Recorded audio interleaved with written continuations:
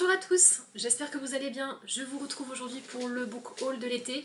Je vais vous présenter toutes les acquisitions que j'ai pu avoir depuis début juillet jusqu'à maintenant. Nous sommes le 26 ou 27 août, je ne sais plus exactement.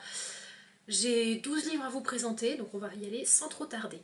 Sachant que ce book haul, j'ai inclus également les cadeaux que j'ai eu pour mon anniversaire.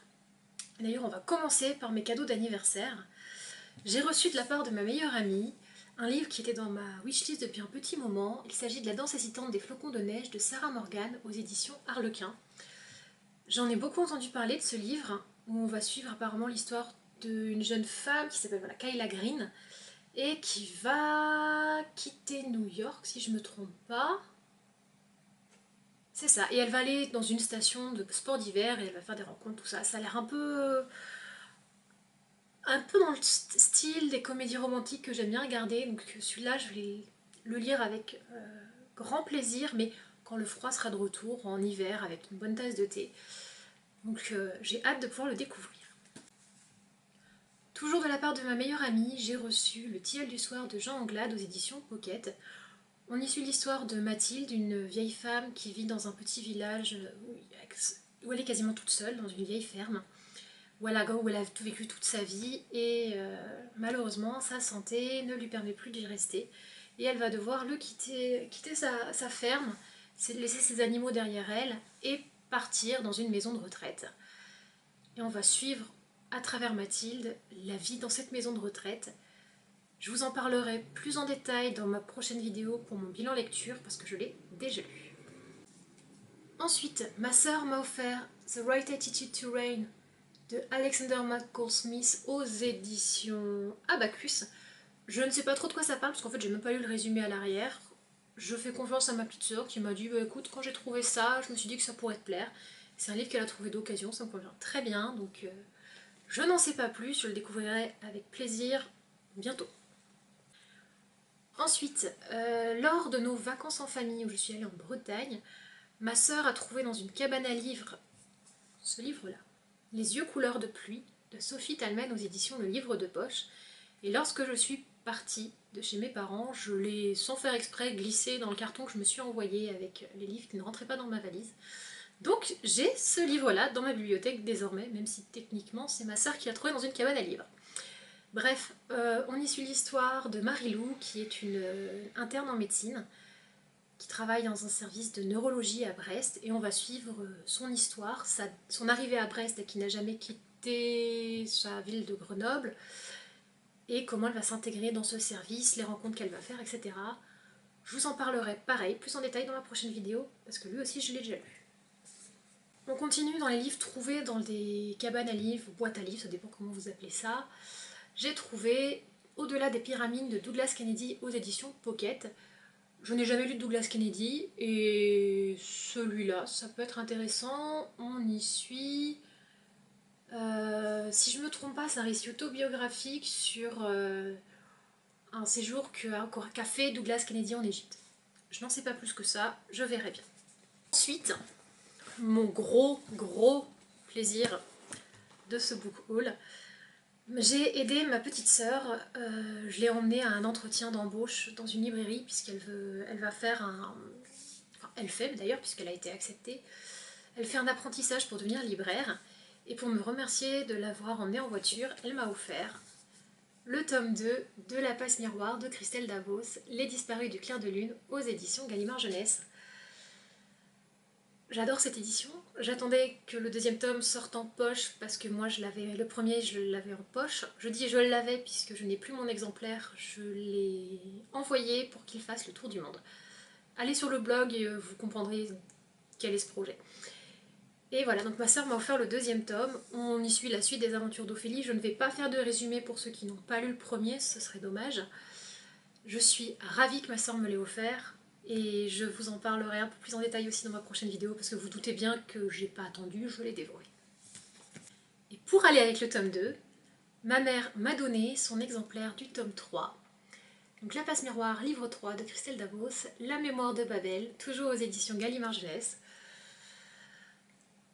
Ce livre, pareil, on suit la suite des aventures, je n'en dis pas plus, prochaine vidéo. Après tous ces livres offerts, trouvés ou qu'on m'a donnés, il est peut-être temps que je vous présente les livres que j'ai achetés. Il n'y en a pas beaucoup, il n'y en a que 2. J'ai acheté Atlas d'un homme inquiet de Christoph Ransmayr, si ça se prononce bien comme ça, c'est l'autrichien, je ne suis pas sûre, aux éditions Le Livre de Poche. Je l'ai acheté pour une raison très simple, je participe à plusieurs challenges dont certaines consignes impliquent que l'histoire se passe sur les différents continents. Et j'étais attirée par le résumé qui me dit « De l'Arctique au tropique en passant par tous les continents et par les îles les plus lointaines, le grand écrivain autrichien Christoph Ransmayr propose 70 escales qui sont autant de petits tableaux du monde tel qu'il l'a perçu au fil de ses pérégrinations. » Donc ça rend à nouveau un roman autobiographique où on va suivre apparemment le voyage de l'auteur. J'ai hâte de le découvrir. Et enfin, j'ai trouvé dans une petite librairie d'occasion Les Portes d'Or d'Edward Fenton aux éditions Hachette dans la collection Bibliothèque Verte. J'ai pris ce livre parce qu'en fait, il était à 50 centimes et que moi, tous les livres de Bibliothèque Verte que je peux trouver, je les prends. Ce sont de très belles éditions qu'on ne retrouve plus, on ne fait plus de livres en couverture dure comme ça. Et pour moi, ce sont des livres qui ont bercé mon enfance puisque je les lisais quand j'allais chez mes grands-parents. Et celui-là, je sais que je ne l'ai pas dans ma bibliothèque. Avant de vous montrer les 3 acquisitions qui m'ont le plus plu, je vais vous montrer un petit bonus, un autre cadeau d'anniversaire que j'ai eu, qui n'est pas vraiment un livre, mais presque. Il s'agit de ma liseuse. Je n'étais pas très pour les liseuses, puis finalement, à force de recevoir des services presse numériques, j'ai fini par demander à mes parents de m'acheter une liseuse. J'ai opté pour la même que ma mère et ma petite sœur. Il s'agit de la Kobo Aura One. Donc j'ai choisi celle-là parce que c'est une grande liseuse et c'est très pratique puisque comme ça je peux avoir tous mes services presse à portée de main et j'en suis ravie. Et enfin, le meilleur pour la fin, j'ai 3 nouveaux livres à rajouter dans ma collection Harry Potter puisque pour mon anniversaire, mes parents m'ont offert tada, les 2 éditions spéciales pour le 20e anniversaire aux couleurs de ma maison, donc Hufflepuff, Poufsouffle en français. J'adore, je trouve la tranche sublime avec les couleurs, le petit blaireau avec le logo. Il y a des petits bonus supplémentaires où il nous explique un petit peu en fonction des maisons. Je trouve ce livre tellement beau et il va tellement bien sur mon étagère que j'étais obligée. Et comme j'arrivais pas à me décider entre la version hardback et la version paperback, j'ai demandé les 2. Voilà, tout va bien.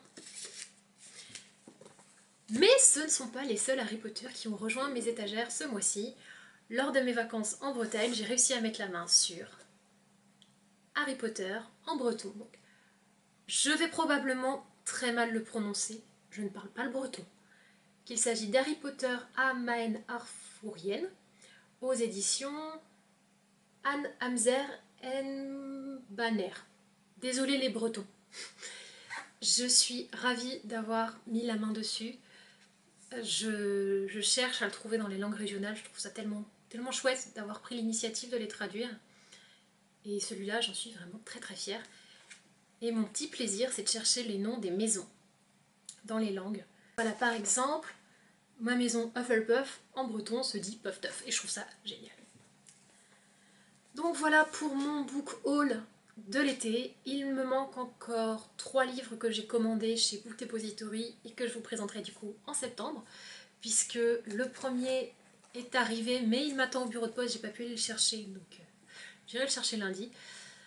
En attendant, je vous retrouve moi samedi, je vous retrouve samedi pour le bilan lecture de l'été. Là, ça risque d'être très lourd. Et en attendant, je vous souhaite une excellente fin de journée. Prenez soin de vous et à bientôt. Bye.